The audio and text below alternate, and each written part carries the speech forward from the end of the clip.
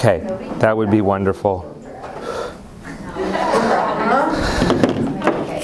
we have Dr. Kaminsky. He's our neurologist that we love so much. Is he? He is. Thank you. Good morning. I know many of you, or recognize many of you. Some of you may know that I was here at Castle Medical Center for 10 years, both on an outpatient basis and seeing patients inpatient. And then I left 2 years ago, and I am returning as of August 1st to Castle on an outpatient basis. And so I'll be spending time in the outpatient clinic, seeing neurology patients there, and then I also have teaching responsibilities with the medical school at the VA. So, but in any case, I am really happy to be here to talk to you about stroke, and specifically about the NIH stroke scale. And I am going to make this really very easy for you all, but I also want to impress upon you the real importance of using the NIH stroke scale. And so I'm going to use a few different modalities to do that. But the first thing I wanted to do is just to kind of, I know that, many of us, in healthcare, we sort of feel barraged by all of these requirements and checklists and all of these, things that we have to do. But I think that, and this is particularly true with the NIH stroke scale, performance of the NIH stroke scale, this sort of standardized test, really does have a profound effect on quality of care. It also helps us communicate in a common language what the condition was of the patient at any given time. And there's been this real explosion of checklists ever since, I think it was 2009. Atul Gawande, who many of you know is quite a famous author. He's also happens to be the head of USAID for healthcare for the world, and he was appointed by President Biden. But he wrote a book called The Checklist Manifesto. He's a Brigham surgeon, and he cites the example of the aviation industry, which started using checklists. And in his book, he cites that when pilots started going through a checklist before the planes, before they took off, that resulted in a 50% reduction in errors and in accidents. And the World Health Organization actually then developed in 2009 a checklist for surgeons.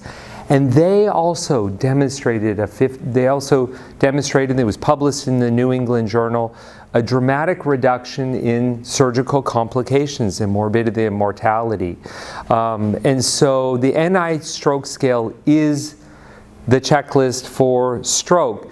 It's easy to use. And I have great news for you, and that is that I am not going to ask you to ever memorize this list, okay? And in fact, what I would have you do is what I do, and that is when you go to see a patient or you're asked to see a patient with a stroke, I know exactly where they are. I go into the ER and they have them they're vertically, and I go out and I pull the checklist and I literally, with pen and paper, I go and I just start going just 1, 2, 3, 4 in a sequential order, and I mark it up. I write the time, I write the patient's name, or I put their sticker on it. I go through this. What do we have here? This is what they received. Oh, that's perfect. Yeah, and that's great. And anyways, it comes in different forms. We have a piece of paper here. This is the one that I downloaded from the internet. This is the NIH stroke scale.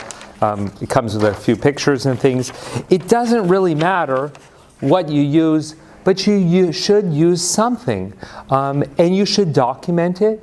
And it really is going to make it so much easier for you to be able to say, hey, you know what? When you're passing on a patient, you can say, gosh, I've been taking care of, patient in room 3. They presented with a stroke. They presented their NIH stroke scale was 5 at the time they presented. Now their NIH is a 0. And like just right there, you've said so much. You know, you've conveyed so much in terms of information. But before we actually start with the NIH stroke scale, I wanted to share a poem with you. Do any of you like poetry? Okay. All right. Okay. Probably nobody's given you an NIH poem, but I wish I could tell you that I wrote this myself. I conceived of it, but I used AI and I used ChatGPT to create a poem. Because I figure, you know, a poem's a great way to remember stuff. And if you guys are really good, and if you like, at the end, I will give you the Lin-Manuel Miranda Hamilton-inspired version of this poem. So, and I'll work on it, but I haven't beta tested it with my kids yet. I should have done that, but so hopefully, or maybe one of you who has rap skills can do it. Do any of you have good rap skills? Do you? No. You do? No, Kim does. I've heard her. Nate does. Oh yeah? Nate? Well, okay. So anyways, but so here it is. Here's your introduction to the NIH stroke scale. In a hospital room where time ticks away, the NIH stroke scale comes out to play. 15 items in all, a game to assess the state of the brain, the clues to address. First, facial droop to check if it's fair, a smile, a frown, a poker face to compare.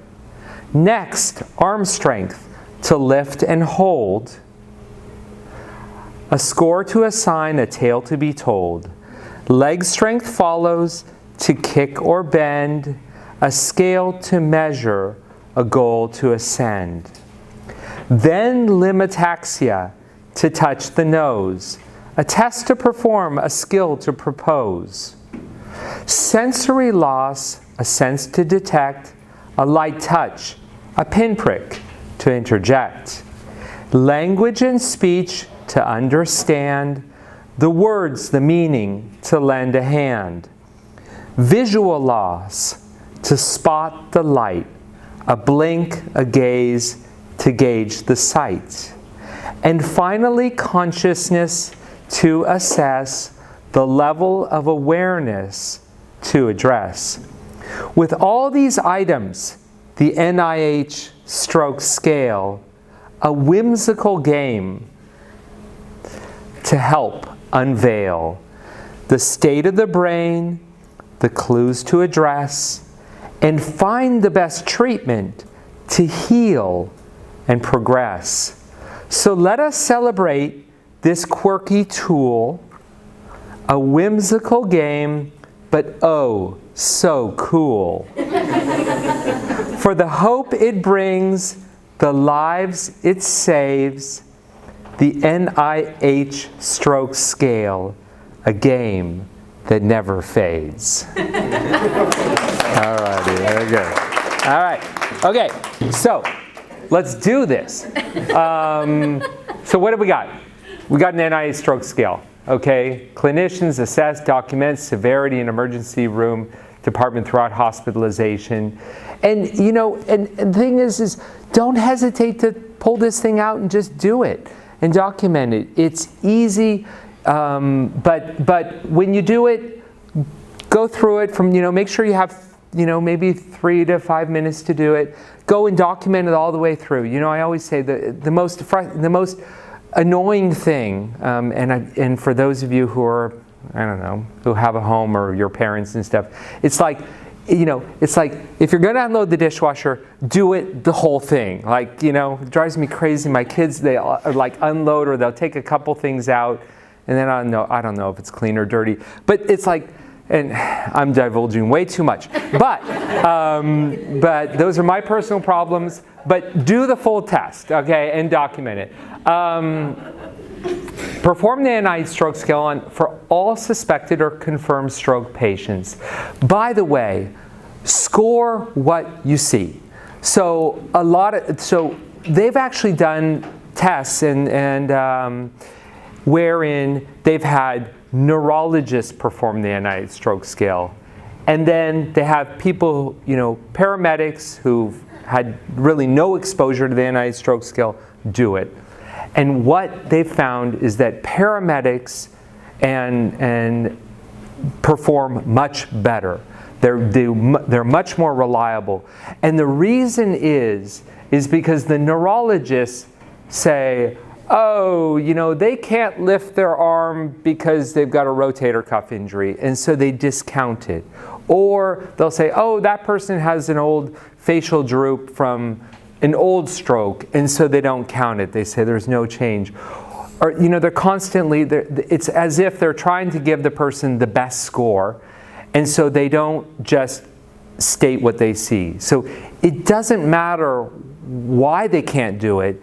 Your job is just to document, at this point in time, they cannot perform that test, that function, So anyways, next. So, administer the stroke scale items in the order listed. Do not go back and change scores. Just score what you see. Avoid coaching the patient. Do not give patient credit for partial answers. A lot of times people say, oh, well, God, because in one of the questions, as you see, we ask the patient their month and the age, and the patient will say, oh, I think it's April. And that's wrong. It's not like, well, they don't know. It's actually May, or so just score what you see. Accept the patient's first effort only. Score the old deficits. So if they can't, if they have, visual problems, then just score what you see, okay? And be consistent. Next. All right, so this is our stroke scale, okay? So what is the first thing that you're going to score? You're going to score the level of consciousness. Now, if you walk in and you say, good morning. Good morning. Good morning, that's right. And so I don't need to do anything more. She's alert, okay? Basically, the way I think of this is lethargy, stupor, coma. Right? That's the way I think of it. If you're lethargic, I have to say, hey, wake up! And the person wakes up. That's lethargic, right? It's like somebody who's drowsy or sleepy, or who's been attending your lecture and they're like bored. If they're stuporous, it's like you yell at them and they're still, they're out. And you have to physically shake them to say, hey, wake up! What are you doing? And then obviously comatose, they're unresponsive. Okay? So you're just going to score it. 0 is the best score. And this should make it easy to score. So if they're good, they get a 0. Done. They get no points. Higher numbers are worse. Next, level of consciousness.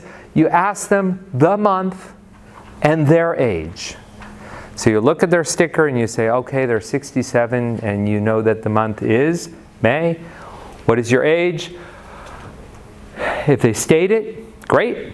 They get a 0. If they get it wrong, then they get a 1. And you ask them the month. Same thing. Okay? Next. Okay? Now, we're going to ask them to do some things. We're going to ask them to close their eyes. Right? And you can show them. Close your eyes. Open your eyes. And then you take, sorry. Okay, sorry. Open and close your eyes, and then open and close your hand. Now, if you have identified already that they have a hemiplegia, weakness and things, you want to test their good side, right? Because in this case, we're not testing their strength or if they have hemiplegia. We're just testing their alertness and whether they're able to follow commands. So They can open and close their eyes, and they can open and close their hand. If they have no hand because they have no hands, then ask them to wiggle their toes, okay? We're just testing their level of consciousness. So, best gaze, okay? So what is the gaze? We're asking them to look to the right and look to the left. And for those of you who've seen a lot of stroke patients, you know that in severe stroke, patients get a gaze.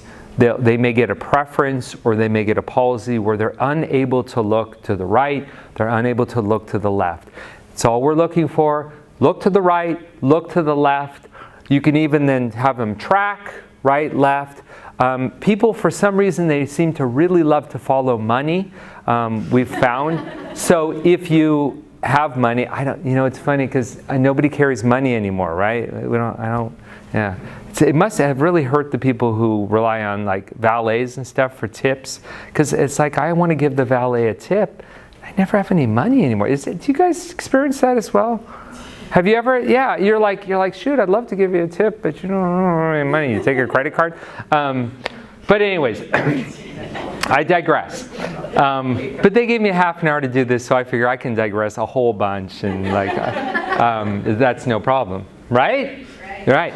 Okay. So partial gaze palsy or forced palsy. Okay. So if there's a little abnormality, they get a 1. If it's forced gaze deviation, they get a 2. Okay? So if it's, next. Oh, okay. So here we are, oculocephalic reflex. Now the one thing that in the guidelines, if you read the very, very cold thing, is you can't do calorics. But you can turn people's heads. You can sort of check for doll's eyes and things to see if the eyes move right and left. Okay? So there you go. Oculocephalic reflex, or what are called doll's eyes. You guys know, if you with the old dolls, they're weighted so that if you turn the doll, they always sort of look up, right? You guys, if you've ever played with dolls, you don't have to admit it, okay? No judgment. Okay, next slide. Okay, now we're going to test vision, right? Alrighty. So we're going to test vision. And I even look at this thing, so I go, oh, okay. So that's the point. You don't memorize this thing. You look at it. You say, okay, well, shoot, we're testing vision, and you're testing visual fields. And the goal is really to test 4 quadrants. And so I'm going to look at you, and I'm going to say, look at my nose, and how many fingers do you see? 3. And? 4. I have to stay looking at your nose. Yeah, no. And? 6. So, and what I'm doing is I'm testing both sides, right? And I'm testing her vision in all 4 quadrants, right? So by doing that, I've tested all. I actually also tested and this will come up, is I also tested if she's neglecting things. So if somebody neglects to see, sometimes then you have to just give them 1 and you say, look at me. Now if you flash your fingers over here and they look towards it, well then it's because they're seeing it. But a lot of times you'll be like, oh, do you see my fingers moving? And you'll be doing this and they have no idea because they have visual field loss, which is typical of a stroke, right? Okay, next, facial palsy. All right, so if it's normal, they smile. You have to get them they have to take off their mask. You have them smile, and if their smile is normal, then they get a 0. If they have minor paralysis, in neurology, we tend to look at what we call these nasolabial folds, right? And so if somebody smiles and they've got asymmetry of the nasolabial fold, well then they'll get a 1, right? If they've got a partial paralysis, as you can see here in the picture, that's a 2. And if they've got complete paralysis of one or both sides, then they get a 3. Now, some of you may be aware that there's a condition called Bell's palsy, and Bell's palsy is a viral. It's a infectious and inflammatory condition of the facial nerve facial nerve. It's not a stroke, but it causes paralysis of the face. If you have it, you score it, okay? Like I said, you score what you see. You don't overinterpret it. And there's your stroke, and there's your Bell's palsy. Now, how do I differentiate? How do you clinically differentiate a Bell's from a stroke?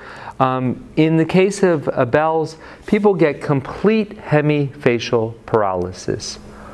That includes the lower face and the upper face.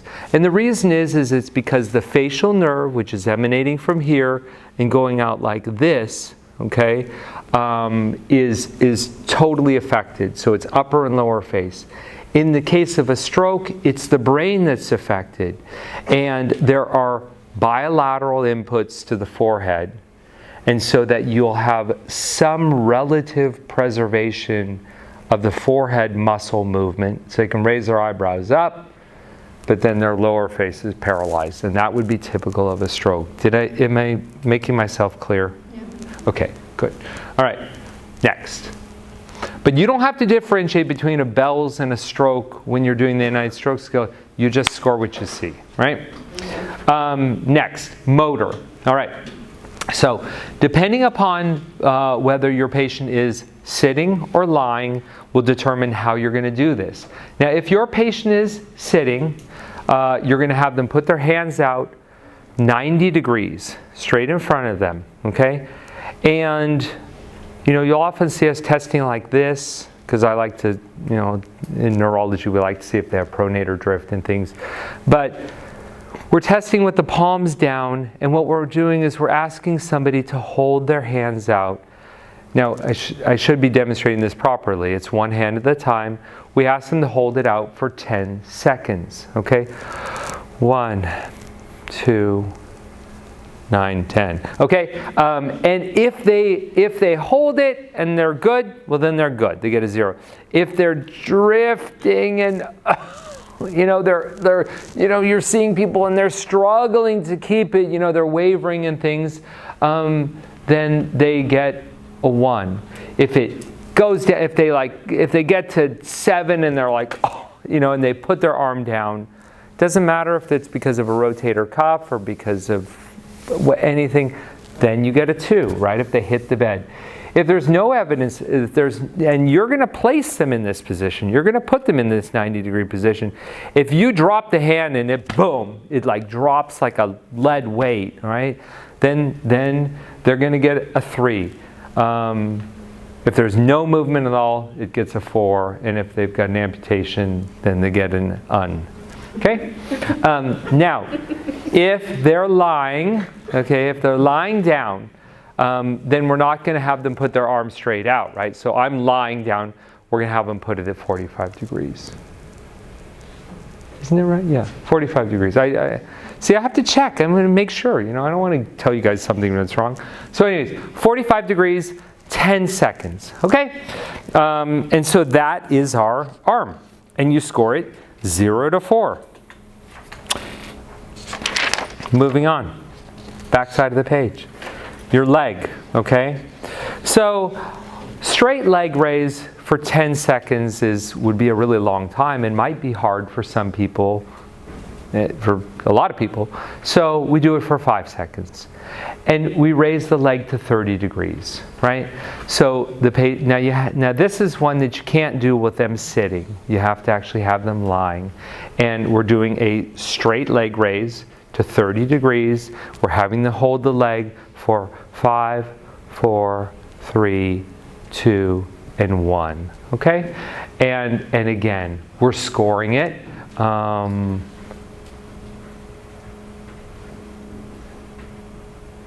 There's not a new slide for this? They combine the two together? Okay, they combine the two together.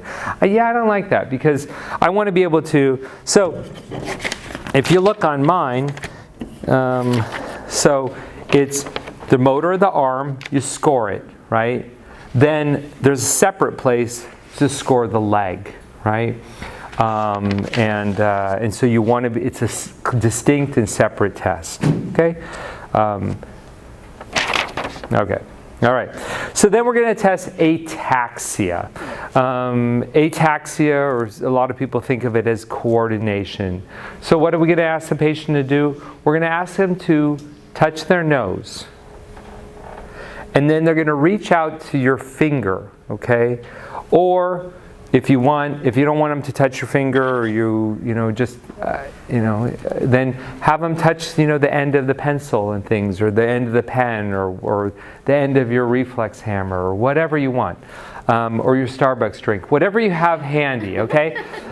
You have them reach out, but you do want them to reach out fully, because what we're looking for is, that's ataxia, okay? That's incoordination. And we're going to test it on both sides, but have them fully reach out. You don't want to be doing this, because that's really easy, okay? So finger to nose, heel to shin is just a sliding it's a sliding of your heel up and down the shin, right? Just like that, okay? Slide heel up and down the front of the shin. And what we're looking for is that, here, I'll demonstrate. So what we're looking for is that kind of thing where they tend to be irregular. Okay? Good. Sensation. All right, sensory examination. So we're going to touch them. And they either have normal sensation. Ow! Hey, oh, damn! Sorry. It hurts. They feel it. And you're like, okay. Or you touch them out on one side, they're like, ow, man, that's sharp. And then on the other side, they're like, they don't know. Okay? They can either have mild to moderate sensory loss or severe to total sensory loss. Okay? Next, language. Okay, so if this is where you can, if you have it handy, you can ask them, you can pull out your little sheet and you can say, then this is part of the set. So if I go through, if you have these cards and things, you can show them these cards and things. But really the key is just to check their language, right? Can they identify these objects? And these objects are a little far for you to see and things, but they are a glove and a key and a cactus and a feather, hammock and a chair. Okay? So you're asking them to just identify by name what the objects are. We then will have the patients read. And there are some words here: mama, tip top, 50-50, thanks, huckleberry, and baseball player. You're really checking not only their language reading and their ability to express. In neurology, we tend to think of language in 3 different domains. We tend to think of receptive aphasias, right? Can't understand. There are expressive aphasias where they can't express themselves. So there are patients who you'll find who can understand perfectly well, but they can't articulate. And then there are other people who have what we call conductive aphasia, where they have difficulty repeating a phrase. And if we're trying to get that, we have them read something, or have them repeat. You know how, down to earth, I got home from work, near the table in the dining room, and so forth, okay? Or you can ask them to describe what's going on in this picture, and then they can just tell you what's going on there, okay? But all we're going to do is we're going to check, do they have difficulty with language, comprehension, or expression? Next, we're testing dysarthria. And dysarthria and aphasia are different things. And dysarthria is effectively the speech slurred, or is the speech intelligible? So a person who I can understand but is difficult, that person has dysarthria, right? You